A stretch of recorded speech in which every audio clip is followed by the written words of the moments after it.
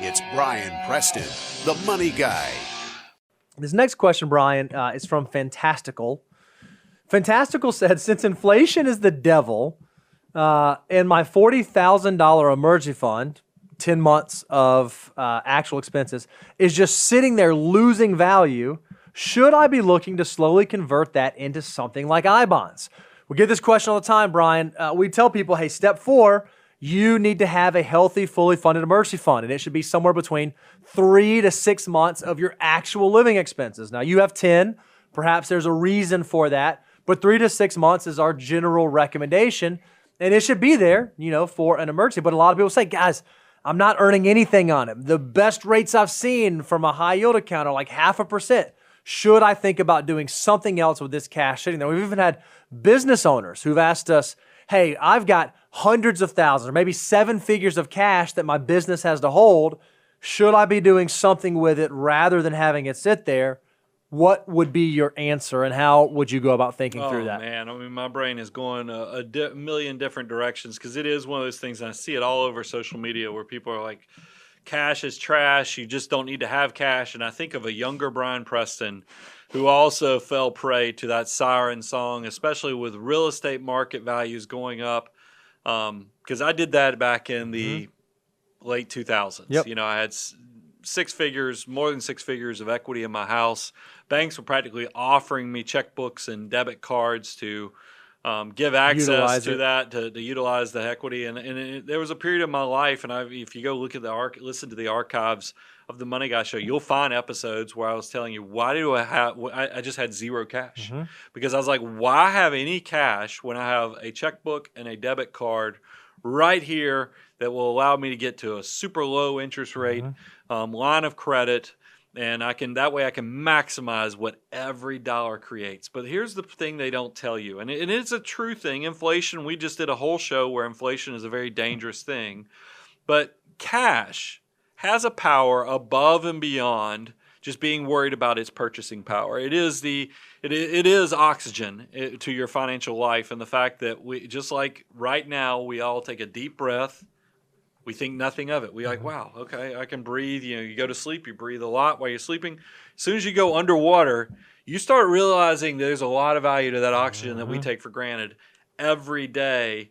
And it's the same way with cash, is because what happens is when bad stuff happens all at once, meaning the market will get beat up, real estate values will get beat up, people will start losing their jobs, income will suffer. This will all happen at once, and everybody who's sitting on cash, all of a sudden, you don't think about, hey, is inflation eating this up anymore? You're just like, thank God I have a cash reserves here to get me through this volatile period of that the world is facing right now, and you will appreciate you have that access.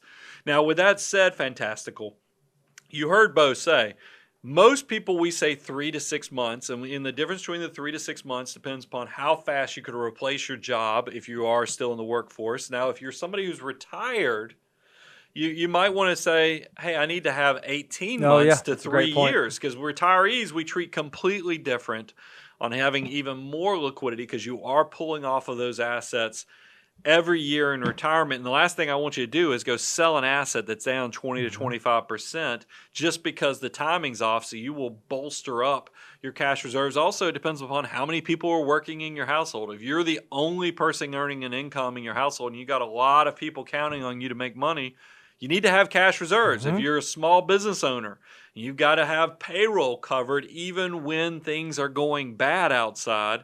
You got to have cash reserves. So I don't know your situation to know if 10 months is perfect or right, but definitely do a measure and see where you think and what could come your way that you need to cover for. Plan for it, and then unfortunately, this is where it's just unfortunate. You just have to know that yes, there's an opportunity cost that you might be paying in the fact that we have inflationary pressure, you have low interest rates, and cash is just not earning much, but man, is it powerful just in case, because hopefully those other assets you have are going to be doing all the heavy lifting while that cash is really waiting in the wings more as opportunity money, as well as to make sure you don't get yourself in a bad situation. I don't know if this analogy sticks, and it may be ridiculous, but it's what's on my mind right now. In some of the things that we do in life, they're just sort of necessary evils that come along with them. I like to work out, Brian. And I used don't to. say. I used to just go grip it and rip, right? Like I'd start my workout just cold, and I could do that.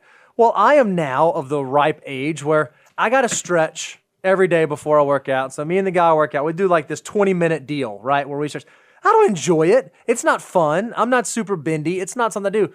But I recognize that by doing that, it allows me to keep doing the thing that I actually do enjoy doing, working out. Now, could I go out and probably work out without getting hurt?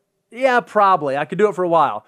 But that one time that I tweak my back or I hurt my leg or I mess up my shoulder, that one time that I did not do the thing that I really don't enjoy, that I really don't love doing, is going to cost me from doing the thing that I actually really do enjoy, do like getting to do. For me, having an emergency reserve, having cash reserves is just like stretching.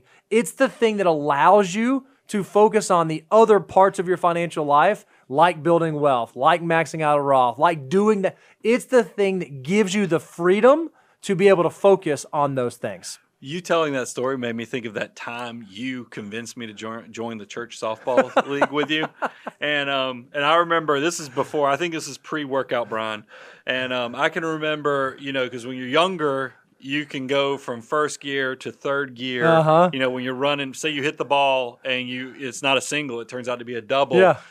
But it's going to be a close double. So you skip second gear and you go right to third gear. It was. Your analogy made me think of the first time I went out to that softball and I tried to hit third gear from first. And I was like, yeah, the hamstrings don't work Not there anymore like they used to. So I think that is a perfectly good analogy.